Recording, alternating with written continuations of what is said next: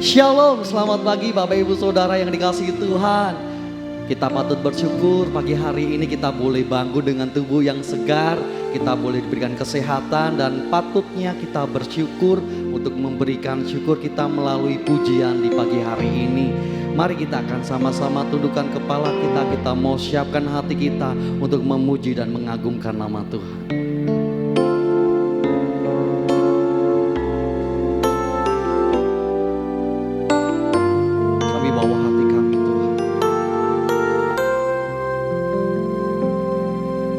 Selain Kau tiada yang lain, hanya Kau milikku di surga.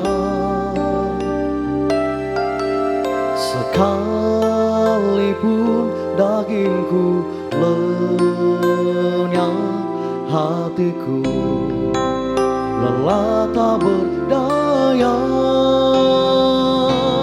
Ku sembah Engkau, Allah yang perkasa. Ku sanjung tinggi nama-Mu di hidupku, Tuhan, tiada yang lain. Hanya Kau satu di hatiku. Dengan segenap hati kita akan pujikan dari awalnya.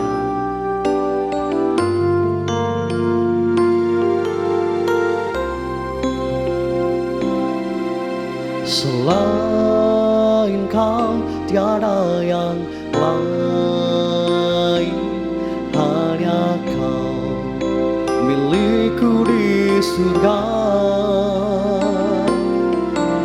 Sekalipun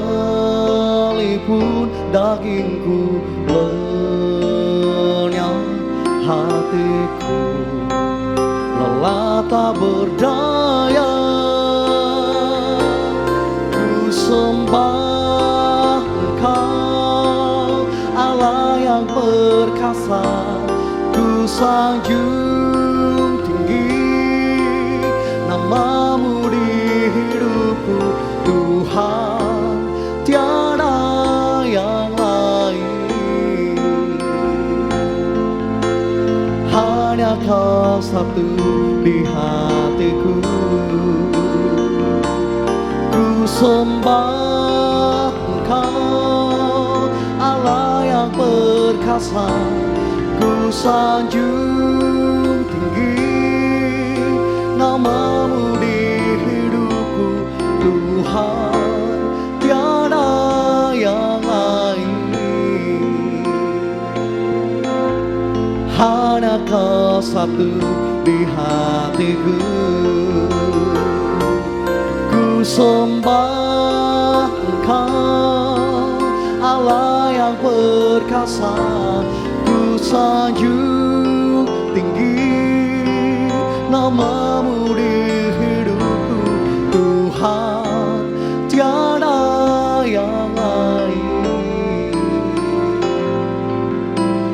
Hanya Kau satu di hatiku, Tuhan, tiada yang lain. Hanya Kau satu di hatiku,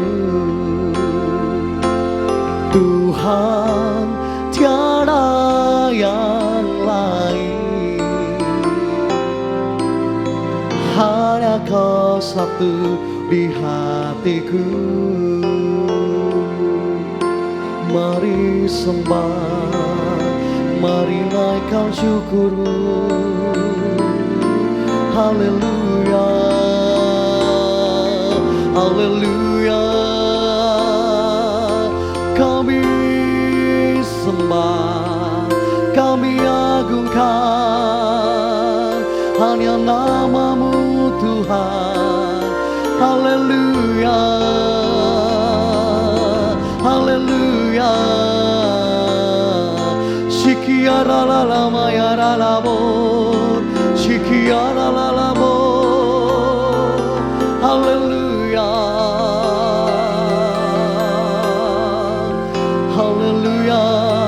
haleluya.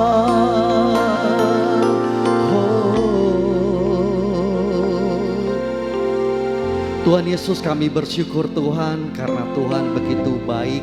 Kami boleh merasakan anugerah dan kasih karunia-Mu. Tuhan Yesus, terimalah setiap pujian kami ini Tuhan. Dan sebentar Tuhan, kami mau membuka hati kami untuk menerima firman-Mu. Terima kasih Tuhan, hanya di dalam nama Tuhan kami Yesus Kristus kami sudah berdoa dan mengucapkan syukur kami. Haleluya, amin. Shalom Bapak Ibu Saudara terkasih dalam Tuhan Yesus Kristus. Saya ucapkan selamat pagi. Kembali berjumpa dengan saya di dalam ibadah doa pagi secara online. Puji nama Tuhan bahwa di tahun 2022 ini kita punya visi yaitu Amazing Grace, tahun kasih karunia yang luar biasa. Ya, pagi hari ini saya akan sampaikan bagaimana kita bisa menjadi seorang hamba Tuhan, kita bisa melayani Tuhan, itu semata-mata karena kasih karunia Tuhan, itu semata-mata karena anugerah Tuhan, itu adalah kemurahan Tuhan. Oleh sebab itu kita akan sama-sama buka kebenaran firman Tuhan di dalam kitab Efesus pasal yang ketiga ayat ke-7 sampai dengan ayat yang ke-8. Efesus pasal 3 ayat ke-7 sampai dengan ayat yang ke-8. Akan saya bacakan bagi Bapak Ibu Saudara. Dari Injil itu aku telah menjadi pelayannya menurut pemberian kasih karunia Allah yang dianugerahkan kepadaku sesuai dengan pengerjaan kuasa-Nya.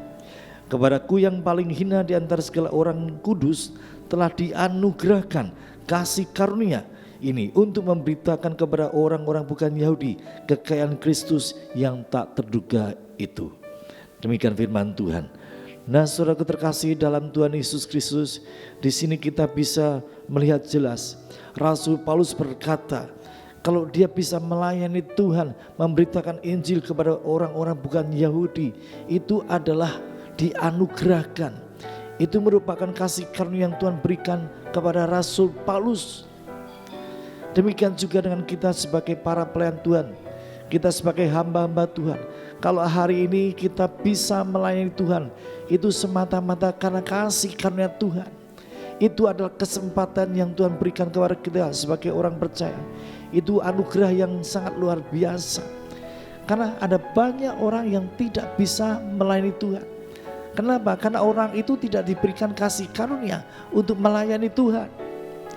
Jadi kalau hari ini kita dipercaya, berikan tanggung jawab untuk kita boleh melayani Tuhan, itu adalah kasih karunia Tuhan. Dan kalau kita mengerti bahwa pelayanan yang sedang kita lakukan saat ini, itu adalah kasih karunia yang Tuhan berikan, itu adalah kemurahan Tuhan, maka mari kita lakukan semua pelayanan yang Tuhan percayakan kepada kita dengan penuh tanggung jawab, dengan penuh kesetiaan. Maka saya yakin ada sesuatu yang dahsyat akan Tuhan berikan kepada kita. Ada berkat yang Tuhan sediakan bagi kita, orang-orang yang melayani Tuhan dengan sungguh-sungguh. Yang pertama, kita mau meresponi kasih karunia yang Tuhan berikan kepada kita di dalam melayani Tuhan.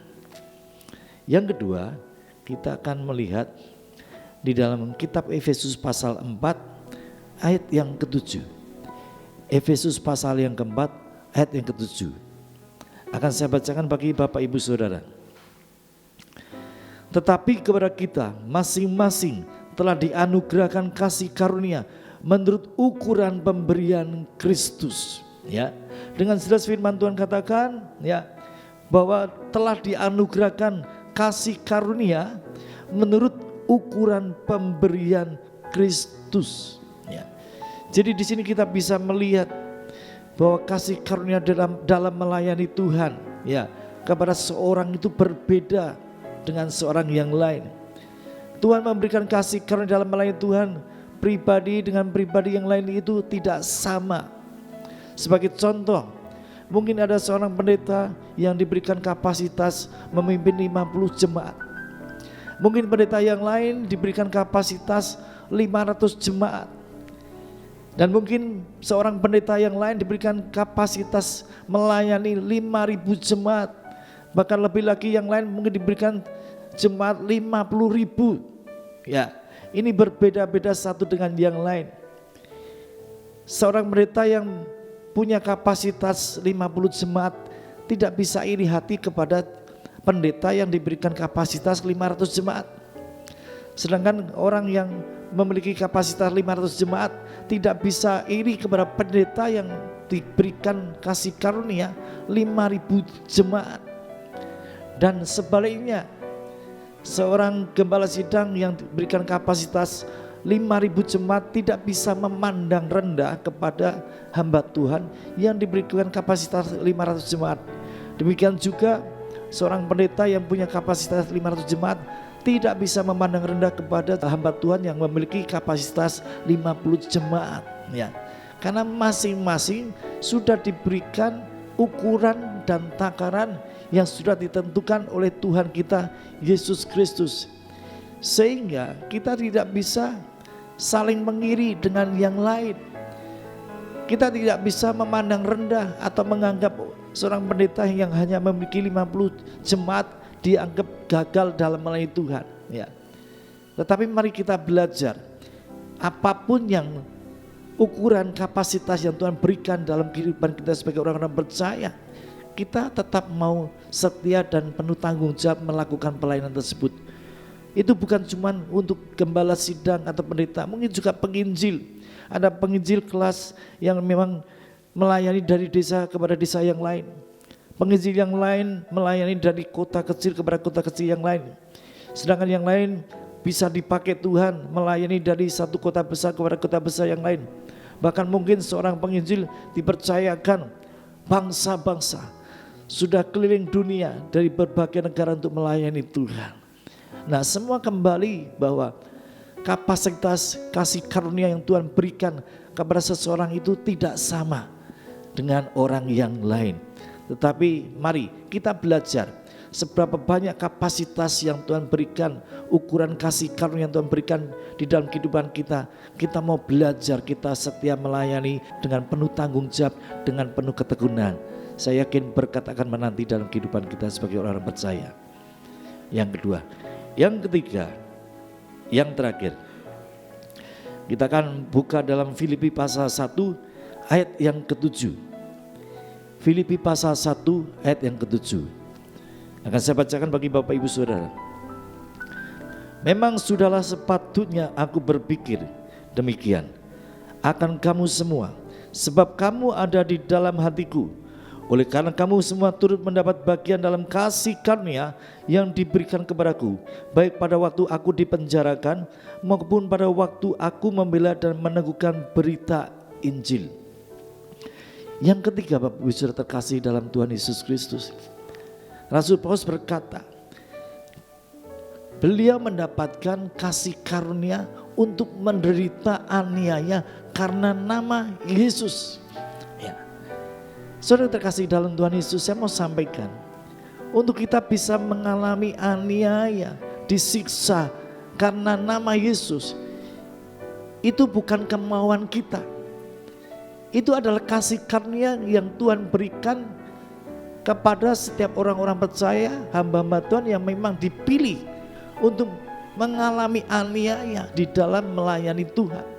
Dan tidak semua hamba Tuhan punya kesempatan, punya kasih karunia untuk boleh mengalami aniaya, bahkan mungkin mati dibunuh karena nama Tuhan Yesus Kristus.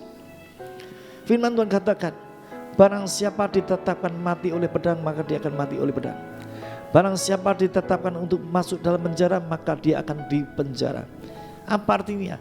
Artinya begini Bapak Ibu Saudara, sekalipun ada seorang hamba Tuhan, orang ini benar-benar cinta Tuhan, sungguh-sungguh dalam melayani Tuhan, dia rela mati bagi nama Tuhan. Tetapi kalau orang tersebut tidak mendapatkan kasih karunia untuk dianiaya atau mati karena nama Tuhan Yesus, maka orang tersebut tidak akan mati sekalipun dianiaya. Sebagai contoh kesaksian nyata, ada seorang hamba Tuhan di satu daerah terpencil, ketika sedang memberitakan firman Tuhan, ketika sedang berkhotbah dalam sebuah gereja, tiba-tiba ada seorang teroris yang masuk membawa senapan AK-47 dan memberondong pendeta tersebut. Apa yang terjadi? pendetanya tidak mati. Bahkan ketika peluru-peluru tersebut ya tertancap di dalam belakang dinding di mana pendeta tersebut berdiri, terlihat jelas bekas-bekas tembakan itu ada. Tetapi yang ajaib, hamba Tuhan tersebut tidak mati. Di sini kita bisa melihat bahwa untuk bisa mati karena nama Yesus itu harus kita memiliki kasih karunia. Itu adalah anugerah Tuhan. Sekali lagi, tidak semua orang bisa mengalami aniaya karena nama Yesus. Tidak semua orang bisa mati karena pemberitaan Injil. Sebab itu adalah kasih karunia. Satu kesaksian lagi untuk menutup khotbah saya pada pagi hari ini. Ya, suatu ketika seorang pastor di sebuah gereja Katolik, saya melihatnya di dalam YouTube pada waktu itu. Ya, ketika sedang menyampaikan firman Tuhan, tiba-tiba ada seseorang pria, ya, maju dengan membawa pisau, ya, lari hendak melukai pastor tersebut. Tetapi apa yang terjadi? Tanpa sebab, tanpa alasan apapun, tiba-tiba orang yang menyerang itu jatuh, ya, tepat di hadapan pastor tersebut jatuh. Dan itu dishoot berulang-ulang kali, ditayangkan berulang-ulang kali prosesnya ketika sang pria hendak menyerang pastor tersebut, jatuh tepat di hadapan sang pastor tersebut. Sekali lagi di sini kita bisa melihat, ya, oleh mujizatnya Tuhan melindungi pastor tersebut dari serangan orang jahat. Ya. Kembali bahwa untuk kita bisa mengalami aniaya bahkan mati karena nama Yesus, itu adalah kasih karunia. Itu bukan keinginan kita sendiri. Bapak Ibu Saudara terkasih dalam Tuhan Yesus Kristus, mari kita mau belajar pada pagi hari ini. Kalau Tuhan berikan kasih karunia kepada kita untuk kita bisa melayani Tuhan, apapun kapasitas yang Tuhan berikan, apapun bidang pelayanan yang Tuhan berikan dalam kehidupan kita, kalau itu adalah kasih karunia Tuhan, mari kita mau meresponi kasih karunia Tuhan dengan cara apa? Dengan cara kita melayani Tuhan dengan segenap hati, melayani Tuhan dengan sungguh-sungguh, penuh kesetiaan, penuh dengan ketekunan. Saya yakin dan percaya berkat di kehidupan yang akan datang dan juga berkat pada saat ini akan Tuhan nyatakan di dalam kehidupan kita. Saya yakin dan percaya bahwa firman Tuhan pasti akan memberkati kita semua. Apapun yang kita lakukan sepanjang hari ini, saya percaya itu semua ada di dalam pimpinan Roh Kudus. Amin. Tuhan Yesus memberkati. Selamat pagi.